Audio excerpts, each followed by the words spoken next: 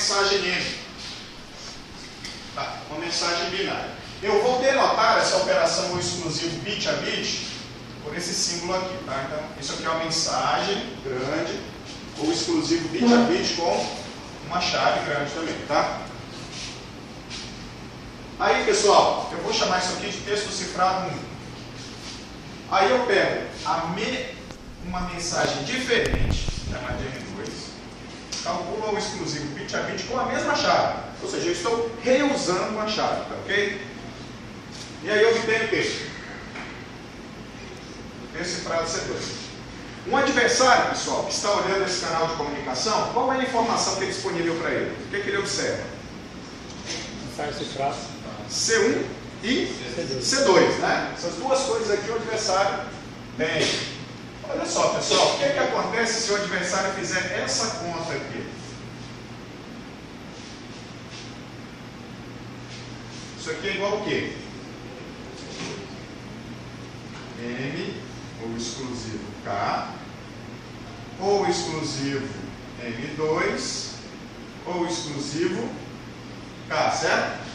Essa operação, pessoal, ela é comutativa, então eu posso trocar a ordem aqui. Então isso aqui é igual a M, ou exclusivo M2, ou exclusivo K, ou exclusivo K. Ou exclusivo de duas coisas iguais, K com K dá o quê? Dá zero, né? Então isso aqui é igual a M, ou exclusivo M2, ou exclusivo zero. Então, isso aqui é um monte de zero, na verdade, né? Que é o exclusivo bit a bit, né? Ora, o exclusivo de qualquer coisa com zero é igual a quê? Qualquer coisa. Né? M é o exclusivo M2. Ou seja, o que o adversário obteve, pessoal? Ele obteve o exclusivo das duas mensagens. Isso é ruim? É péssimo. Por quê? De cara ele já sabe se as mensagens são iguais ou não. E ele sabe as posições. Se elas forem iguais em algumas partes, ele sabe em que partes elas são iguais. Isso já é revelar informação sobre a mensagem. Mas fica pior ainda. Se essas mensagens elas vêm de uma fonte com um certo nível de redundância, por exemplo, se elas são palavras em português ou inglês, né? Qualquer língua humana tem um nível de redundância razoável. Você consegue separar essas duas mensagens aqui e obter as duas. Ou seja, se você reusa a chave do anti-pair, o sistema é completamente inseguro. Aquilo que era perfeitamente seguro virou totalmente inseguro, né? Então, pessoal, você pode reusar a chave? Não pode. Então, se você quiser mandar 20 mensagens, o que você tem que fazer? 20 chaves diferentes, compartilhar essas 20 chaves. Ah, mas agora eu quero mandar uma outra. O que você faz? Ah, vou mandar um jeito de compartilhar uma outra chave. Tá ok? Então o anti-pair ele tem esse problema, é um limitante severo. Tá? Um outro problema do anti-pair é o seguinte: o tamanho da chave tem que ser do mesmo tamanho da mensagem. Então você quer mandar 1 GB de mensagem cifrada, você tem que usar 1 GB de chave. Pessoal, vocês acham que é fácil gerar bits aleatórios? Como é que você gera bit aleatório? Alguém tem uma ideia? Bem, um computador, pessoal, uma máquina de Turing, ela é incapaz de gerar bits aleatórios. Tá? O computador é uma máquina que ela é totalmente determinística. Da entrada, ela produz uma saída. Tá? Para gerar bits aleatórios, você precisa explorar algum fenômeno físico. Tá? Então, algumas linguagens de programação têm até um comando para gerar bit aleatório, não sei o que. Na verdade, aqueles bits não são muito aleatórios, não. Ele tem que explorar alguma coisa física para gerar um bit aleatório. Ou ele usa as interrupções que você gera quando você digita no teclado, ou quando você mexe no mouse, ou alguns dispositivos, né, eles exploram o ruído térmico dos componentes eletrônicos do computador e a partir dali ele gera esses bits aleatórios, tá? A partir das propriedades do ruído. Mas o ponto é, qualquer que seja o método, é algo custoso, você não consegue gerar a uma taxa muito elevada. O máximo que a gente consegue são alguns kilobits por segundo. Né? Imagina se você tem que cifrar terabytes. É complicado gerar toda essa chave. Né? Então, gerar números aleatórios não é fácil. Então, a gente gostaria de ter um sistema que a chave pudesse ser o quê? Menor, né? Do que o texto a ser cifrado. Então esse é o segundo problema, né, que a gente tem como uso do OneTimePad. Para vocês terem ideia, né? A Intel, os chips mais novos agora, ela criou um módulo dentro do chip, tá? Que faz o quê? Quando você digita um comando lá em assembly, range, alguma coisa, não sei o quê, esse módulozinho gera bits aleatórios a uma determinada taxa lá, usando o quê? Efeitos físicos, né? Então nós temos um projeto lá de pesquisa e desenvolvimento com a Intel dos Estados Unidos, né? E o nosso parceiro do lado da Intel nesse projeto é justamente o senhor que fez esse projeto desse módulozinho, né? Pra vocês verem o quão importante você conseguir gerar bits aleatórios, né? A gente vai ver no decorrer do curso que é muito importante. Então, pessoal, a segurança que o OneTimePad provém é incondicional, mas ele tem dois problemas sérios que dificultam o uso. Primeiro, o tamanho da chave tem que ser o mesmo tamanho da mensagem. Segundo, a chave não pode ser reusada. Tá? Isso significa que o OneTimePad não é usado na prática? O que vocês acham? Ele é usado na prática? Oi? Ele é usado.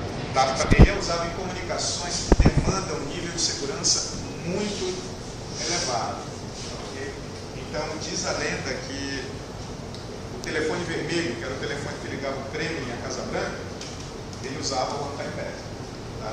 E aí, como é que eles compartilhavam essa chave? E um agente secreto com a fita, né, naquela época, década de 60, 70, com a fita magnética, né, que gravava essa chave toda dentro de uma pasta, uma pistola 9mm do lado, né, viajava de avião até a União Soviética e pegava essa chave. Então, ele, onde você não pode se dar o luxo de ter a sua comunicação quebrada de qualquer maneira, tá, você ainda pode utilizar o OneTimePad. Mas nós, no nosso dia a dia aqui, não utilizamos. Tá? Ficou claro, pessoal, as limitações do OneTimePad? Alguém não entendeu? Bem,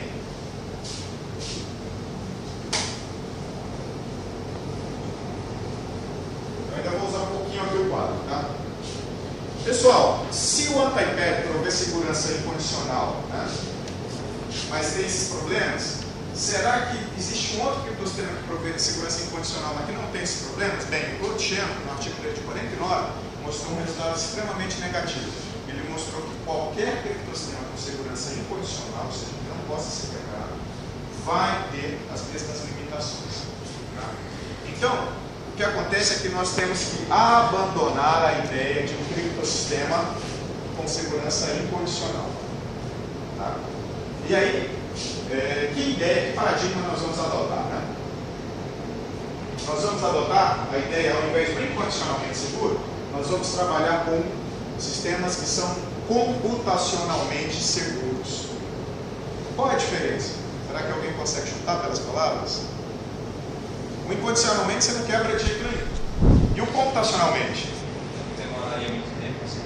Exatamente. O computacionalmente significa que ele pode ser quebrado em princípio, tá? Mas você projeta o criptosistema de tal maneira que a dificuldade computacional para quebrar, ela seja maior do que toda a tecnologia disponível no mundo, ou que demoraria muito tempo para você quebrar. Ok?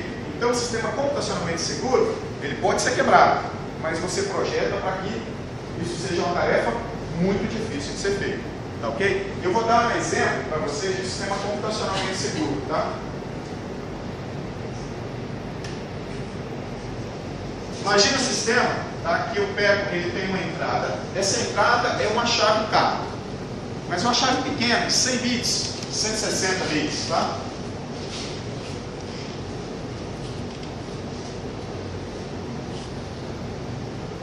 E esse sistema pega uma chave K, uma chave binária, tá? E ele expande. Ele já é uma chave bem maior. Chavezona lá de megabytes, sei lá.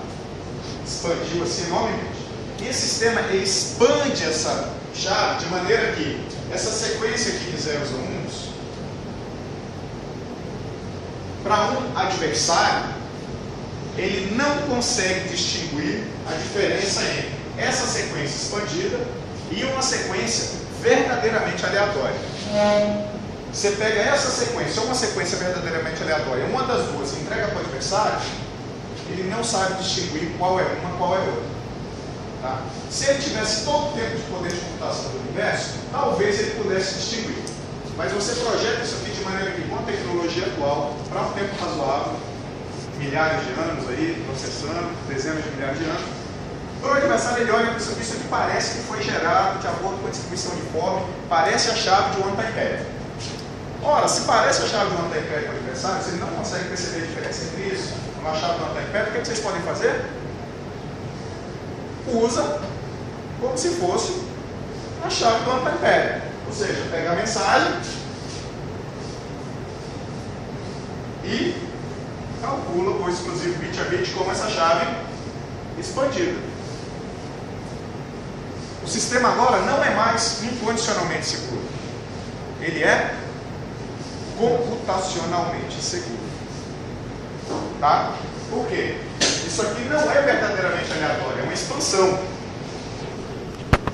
Só que você faz essa expansão de maneira que, para o adversário, ele não consegue diferenciar essa chave expandida de uma chave totalmente aleatória. Tá? Pessoal, que vantagem isso aqui tem em relação ao time pad? Qual o tamanho da chave agora? 100 bits, né? Pequenininho. Então, eu resolvi um dos problemas do time pad, que é o tamanho da chave. Tá? Ainda não resolvi o outro. É o seguinte, se eu reusar isso aqui para outra mensagem, eu ainda tenho o mesmo problema, tá? Por causa da estrutura de ciframento que é a mesma. Então eu não posso reusar ainda, tá? Mas isso aqui tem um nome, tá? Que é chamado de cifra de fluxo. Alguém já tinha ouvido falar disso aí? O termo em inglês é string cipher, tá? É um sistema de ciframento muito utilizado, tá? Um exemplo disso aqui é uma cifra chamada RC4, tá? Talvez alguns já tenham ouvido falar que o RC4 faz exatamente isso. Ele pega a mensagem e expande, tá? Então, a cifra que é utilizada no WEP, que é um protocolo para proteger as redes 802.11 na versão B, e até hoje ainda é utilizado também, apesar de ter alguns problemas, é essa cifra aqui. Ok? Agora, pessoal, como é que a gente resolve o problema de não poder usar isso aqui duas vezes, né? A gente resolve da seguinte maneira. Você concatena a chave no contador.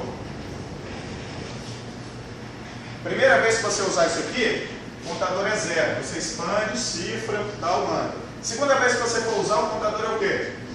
1. Você cifra, ele gera algo completamente diferente aqui.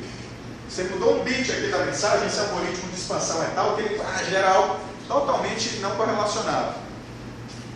Aí você vai, gerou uma chave diferente, você pode cifrar com a mensagem e mandar. Aí na terceira vez que você usa, incrementa o contador de novo. Então dessa maneira eu resolvi o problema também do reuso da chave. Tá? Além do contador, eu posso botar também um vetor de inicialização aleatório, bits aleatórios. Aí, quando eu enviar a mensagem cifrada, eu tenho que enviar junto o quê? Qual vetor de inicialização foi usado para que do outro lado a pessoa também consiga gerar essa expansão e decifrar a mensagem. Tá? O WEP, talvez alguns já ouviram falar, né, que é o protocolo que garante segurança, né, nas redes 802.11, um dos protocolos, né, na verdade ele é inseguro, né? Um dos problemas que ele tem é o seguinte: no WEP, pessoal, essa chave aqui é aquela senha que você põe no access point, tá? Ou que você põe no seu computador, tá bom? Essa é a chave. E o WEP, ele introduz um contador e ele cifra quadro a quadro, tá ok? Aí no segundo quadro, o que ele faz? Incrementa o contador. No terceiro quadro, o que ele faz? Incrementa de novo. Aí, pessoal, acontece o seguinte: a quantidade de bits dos projetistas do web deixaram para o contador era uma quantidade pequena. Então, o que acontece? À medida que você vai cifrando, o contador o quê? Zero. Aí, quando zero, ele faz o quê? Repete o uso da chave. esse é um dos problemas que vocês têm na segurança do web. Ele usa uma cifra de fluxo, tá? E reusa a chave aqui e o contador, a mesma chave e o mesmo contador. A coisa é pior ainda, dependendo da implementação, quando você desliga o computador, ele zera o contador de novo. Aí ele vai e reusa. Tá? Na verdade, a situação no app é um pouco pior do que isso, né? O app, ele utiliza o RC4, que é essa cifra de fluxo que expande essa chave pequena nessa chave grandona, tá? O RC4, eu acho que eu não vou ter tempo de explicar em detalhes aqui, mas ele é muito simples, tá? Você implementa em 10 linhas de código. Se vocês programam em Java, se qualquer coisa dessa, em 10 linhas de código vocês implementam. Então, simples que ele é, pois não? Só um momento, desculpa, leva uma foto.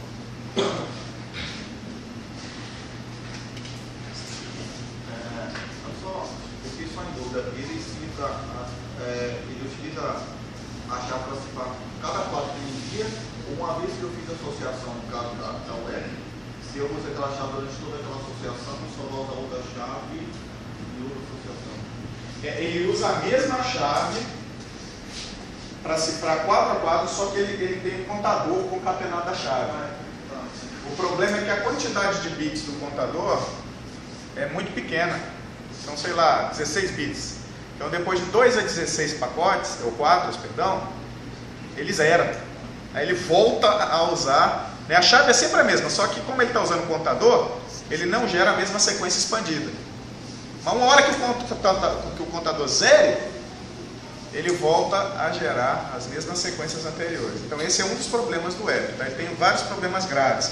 Um outro problema que ele tem, que é muito mais grave, é o seguinte: o RC4, ele possui algumas chaves fracas. O que é uma chave fraca do RC4? Isso advém do próprio projeto do RC4.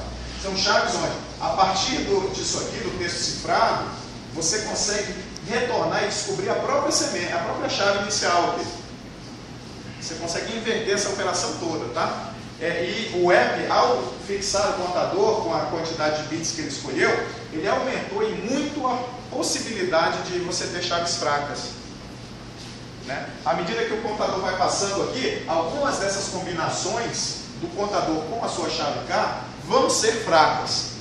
Então é só você ficar capturando o texto e ficar testando para ver se essa combinação contador-senha é uma chave fraca do RC4. Quando ela for, o que você faz? Você consegue implementar um ataque que descobre a senha. Então vocês já devem ter visto alguns programinhas na internet para atacar o web, né? Ele faz isso. Ele fica capturando e esperando que a associação contador-senha, né, seja uma associação que determine uma chave fraca do RC4. Aí ele vai e inverte. Tá? Quem descobriu esse ataque foi um criptógrafo chamado Adi Shamir, né? Esse senhorzinho fez parte da minha banca de doutorado. Ele é um dos criptógrafos mais famosos do mundo, né? Anda sempre do mesmo jeito, camisa gola-polo azul, calça jeans e um tênis de véu. Né? Ele recebe os prêmios mais importantes do mundo aí, sempre com essa mesma roupa. Sempre com a camisa azul, gola-polo, calça jeans e um tênis de véu. Eu acho que o guarda-roupa dele inteiro só tem camisa igual, as calças iguais.